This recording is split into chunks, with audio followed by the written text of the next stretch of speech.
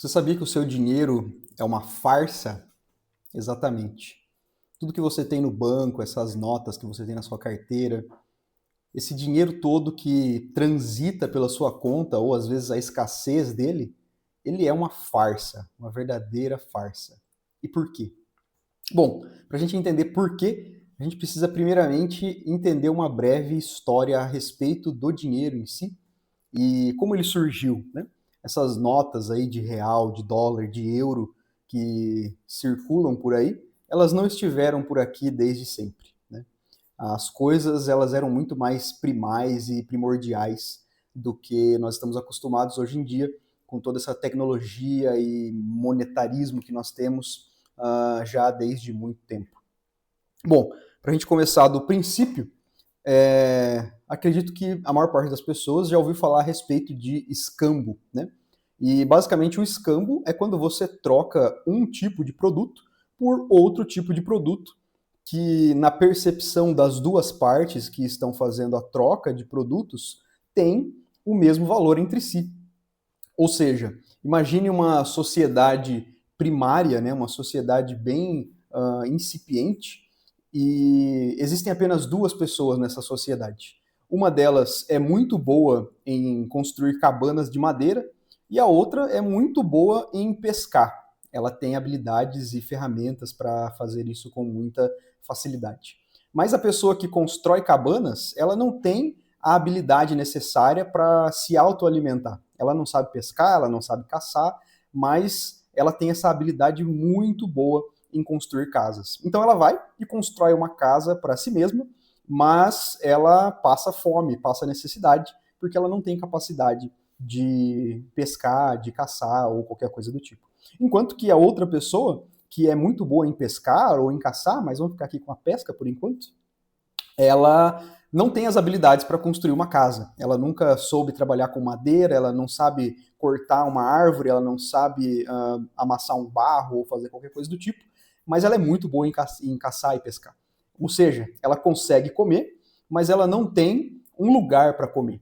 Ela sempre vive debaixo de árvores, dentro de grutas ou até mesmo em cavernas. Um dia, essas duas pessoas se cruzam e a que sabe pescar está levando um saco de peixe nas costas, e a que sabe construir está levando algumas toras de madeira, arrastando-as para construir uma outra casa, que é a única coisa que ela sabe fazer.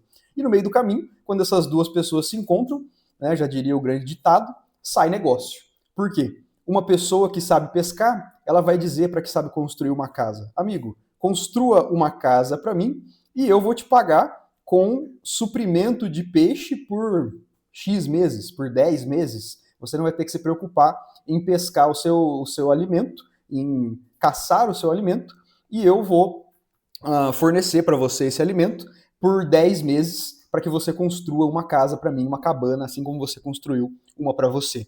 E aí o construtor de cabanas, ele vai dizer: não, eu não acho que a minha construção de cabanas valha 10 meses, eu acho que ela vale 12 meses. E o pescador vai dizer: bom, eu não acho que valha 12 meses, mas se você quer um pouco mais, a gente pode chegar num acordo de 11 meses de suprimento de peixe, e aí o dono da cabana vai falar: não, tudo bem, eu aceito, eu construo uma cabana para você em troca de 11 meses de peixe. E assim você teve a sua primeira troca na história da humanidade, onde duas pessoas com necessidades diferentes trocaram produtos diferentes, mas que eles chegaram num acordo de que existia um valor equivalente entre esses dois bens, entre esses dois produtos, né? E aí a sociedade foi aumentando, as pessoas foram chegando, e não só mais os construtores de cabanas e os pescadores chegaram nessa cidade, mas os médicos, os carpinteiros, os ferreiros, os padeiros e assim por diante. E até então as pessoas continuavam trocando, né? Um pão por 2 peixes, uma pá por 5 porcos e coisas do tipo. Até então, isso funcionou muito bem. Mas uma determinada pessoa decidiu que você poderia pegar um estoque de grãos, por exemplo, que foi produzido em demasia, e armazená-lo em algum lugar. E esse armazená-lo em algum lugar foi chamado de banco, né? Então imagine que uma pessoa foi lá, armazenou as suas sobras de grãos em um galpão e o dono desse galpão entregou para essa pessoa, o dono dos grãos, um papel escrito: você tem armazenado aqui comigo 1 tonelada de grãos, por exemplo.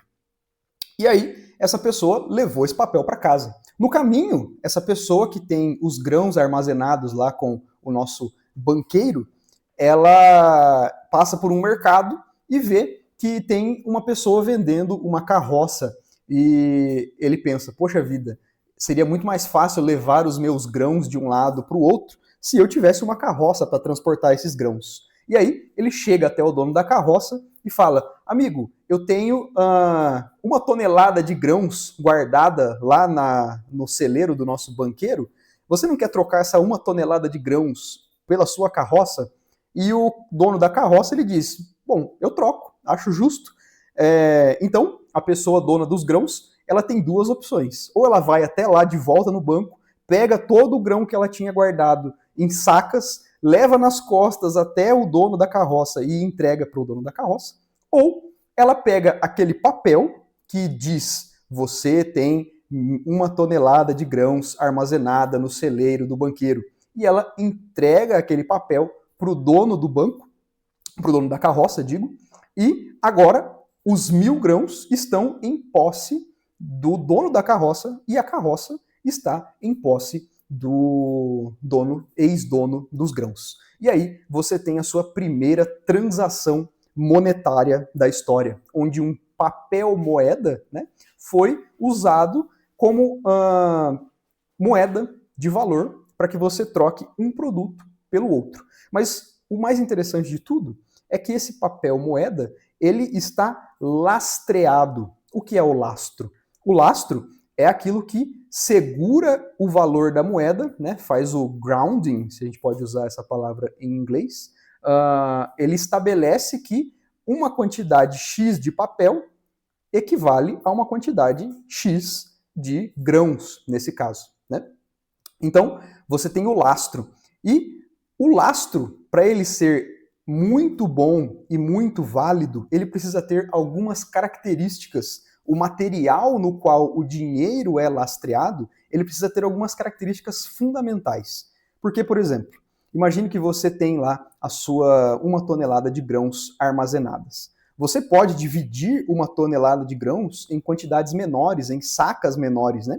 Mas, com o passar do tempo, depois de alguns meses, talvez um ano, aqueles grãos, se eles não forem consumidos, eles vão ficar mofados, apodrecidos, e eles vão perder o seu valor intrínseco. Imagine então que você não quer usar o grão como sendo o lastro do seu dinheiro, você quer usar ovos, né? Você guarda ovos. Os ovos você tem a condição de vender uma dúzia, vender um ovo, mas você não consegue vender meio ovo. Ou, da mesma forma, à medida que o tempo passa, os ovos eles também vão estragar. Café. Você tem diversas propriedades de café, diversos tipos de café, né? Então, você pode até ter um bem que é um pouco mais durável, no caso, o grão do café já torrado, mas que, ao mesmo tempo, ele não é fungível, né? Ele não pode ser trocado por coisas que são iguais, porque você tem diversas espécies de café diferentes, e aí, qual dessas espécies vai ser o lastro do seu dinheiro? Então, nós chegamos à conclusão de que o lastro, o material para o qual o seu dinheiro deve estar aderido, ele deve ser divisível, transportável, ele deve ser durável e ele deve ser fungível, ou seja, você pode poder trocá-lo, misturá-lo com outras coisas iguais e ele não vai perder o seu valor. E aí, nós chegamos no grandíssimo e maravilhoso padrão ouro, o lastro baseado em ouro, ou em alguns casos em prata também. Por quê? Porque o ouro ele é um metal que tem todas essas qualidades, ele é durável, ele é fungível, você pode dividi-lo em quantidades pequenas, você pode transportá-lo, você pode armazená-lo, e ele é um produto, né? Ele é útil. Você pode fazer coisas de ouro. Você pode fazer uma pulseira, você pode fazer um relógio, você pode fazer um componente eletrônico. Existem muitas funcionalidades para esse metal nobre. Mas o grande ponto é que depois que você lastreou o seu dinheiro na quantidade existente de ouro na face da Terra, ele não pode mais crescer em quantidade. A menos que caia um meteoro de ouro na Terra, a quantidade de ouro que nós temos no nosso planeta, ela é fixa, né? E por ser fixa, é isso que traz o valor intrínseco a esse metal, a sua escassez. Quando você tem algo que não tem escassez, aquele algo não tem valor algum, certo? Por isso que você paga R$2 numa garrafinha de água e você paga, sei lá, quanto que está a grama do ouro hoje? Algumas centenas de reais em uma grama de ouro, né? Por causa da sua escassez. Os dois são úteis, mas a água existe em muito mais abundância do que o ouro. Então, quando nós definimos que existirá o papel moeda baseado no padrão ouro, nós identificamos então que, por exemplo, $1 equivale a uma determinada quantidade de onças de ouro, né, no padrão imperial de medidas. Ou uma quantidade X, né, uma libra equivale a uma quantidade X de ouro. €1 equivale a uma quantidade Y de ouro, e assim por diante. A moeda, o papel em si, não importa. O que importa é a quantidade de ouro que está atrelado àquele valor, certo? Só que aí, né, depois que nós entendemos tudo isso, entendemos como que o dinheiro funciona, como que o dinheiro surgiu e a importância de ele estar lastreado em alguma coisa física que seja um produto em si mesmo, né, que tenha valor intrínseco, nós chegamos na fatídica data do ano de 1971, onde os Estados Unidos decidem abandonar por completo o padrão ouro. E à medida que isso aconteceu, nós tivemos um boom inflacionário no mundo inteiro.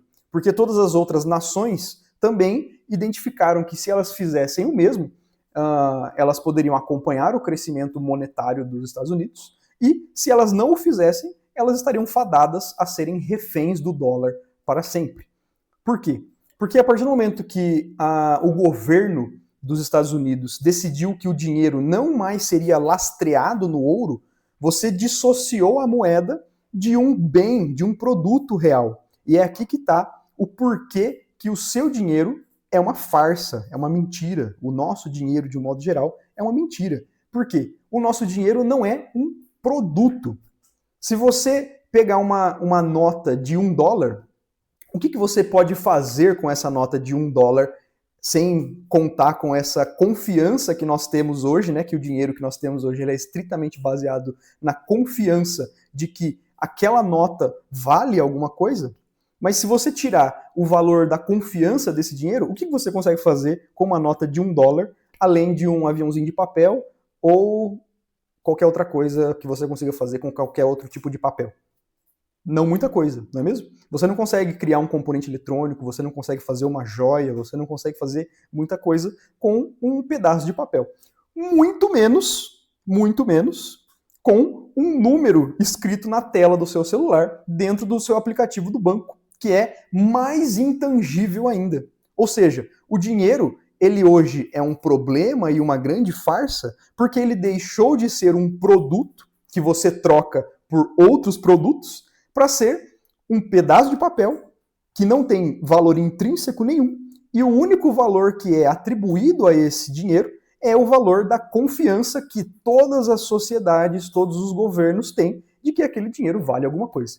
A partir do momento que as pessoas acreditarem que aquele dinheiro não vale mais nada, aquele dinheiro para de ter valor. Porque você não pode mais ir lá no banco e trocar a sua nota de $1 por uma moeda de ouro, por um produto de fato que tenha valor. Você pode usar essa moeda hoje para trocar por outros produtos, mas imagine só que você fala assim, eu vou pegar aqui R$100 e eu vou comprar um tênis. Você vai lá na sua loja, pega os seus R$100 em espécie, entrega para o vendedor, aquele vendedor pega os R$100 e ele dá para você o tênis.